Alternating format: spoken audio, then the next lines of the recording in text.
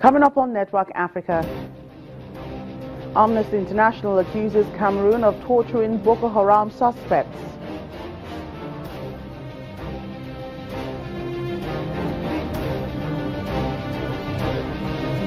Burundi's President Pierre Nkurunziza makes his first foreign trip in over 2 years.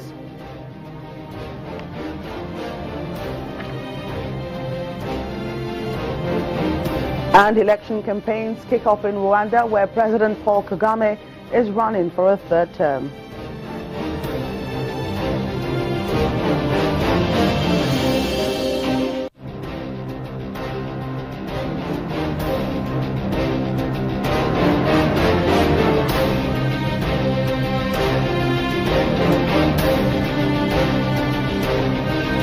Hello and welcome to the program. I'm Joke Rogers.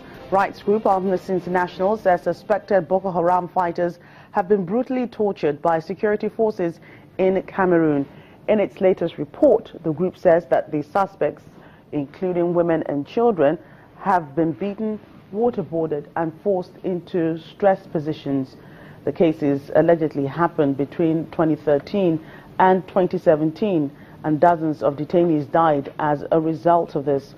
Boko Haram frequently carries out attacks in the Central African country, but the Islamist group is set to be based in Nigeria. The cases, Boko Haram frequently carries out attacks in the Central African Republic, and the Islamist group is based in Nigeria. This video shows that there's people who we believe to be people who are suspected to have supported Boko Haram, being dragged through the school ground, being beaten, being put into extremely painful stress positions. And this video, we can see the soldiers in it, we can see the units that are there, and these very much match with a number of other testimonies we have from this same school that says that people were held there, which is an illegal detention site, and then they were tortured there, often for weeks, before being transferred to other military bases. What we see in this part of the video is a common experience for people who are detained at the Salak military base, which is the headquarters of the BIA, one of Cameroon's elite army unit. So what we've seen is a much more brutal treatment handed out to people who've been arrested, often without evidence, suspected of supporting Boko Haram.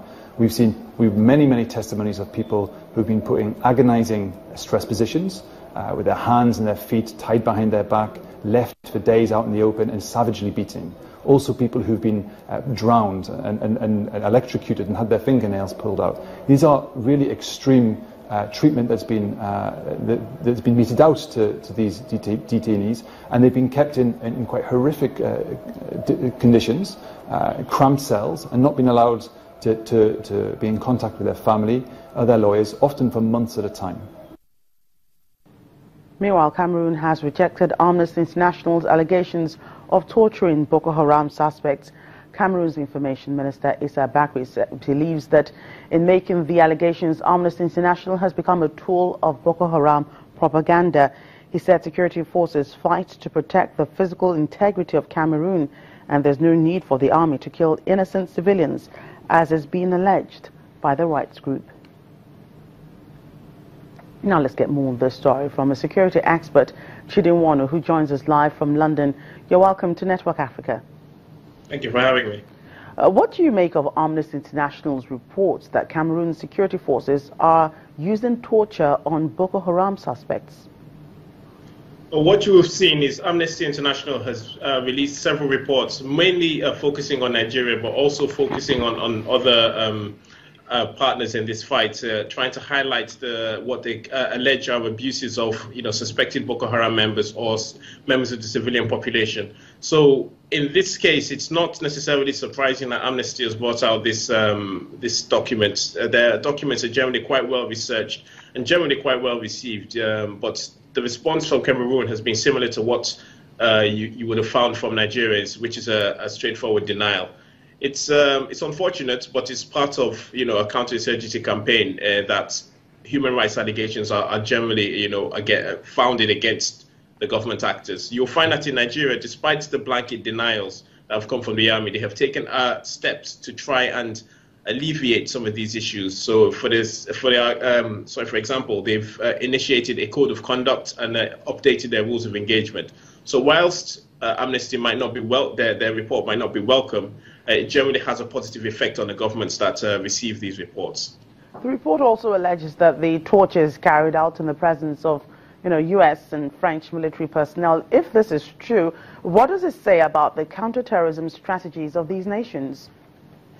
Well, there's two elements that one should look at. The first is that it's very unlikely that French or U.S. troops would be in the same room or in the same area where torture was being carried out. This is because, for legal reasons, they just would make sure that they're removed from that area. So it's likely that they're on the same base, but they most likely wouldn't be in the same room or the same building where torture was carried out, because the consequences for a French or a U.S. personnel to be involved is quite high. But what's the greater picture, or the bigger picture, is that the U.S. and the French have a strategy, as you see now with France, initiating the G5 Sahel program of using local armies to try and engage with terrorists in Africa and around the world. So what this does is open the U.S. and France, as this situation exemplifies, to accusations of human rights violations or war crimes. So even if their personnel are not directly involved, as this report clearly states that they're not directly involved, they're tainted by association with these allegations. Chidi, can the use of torture, do you think, ever be eradicated in the war against terrorism?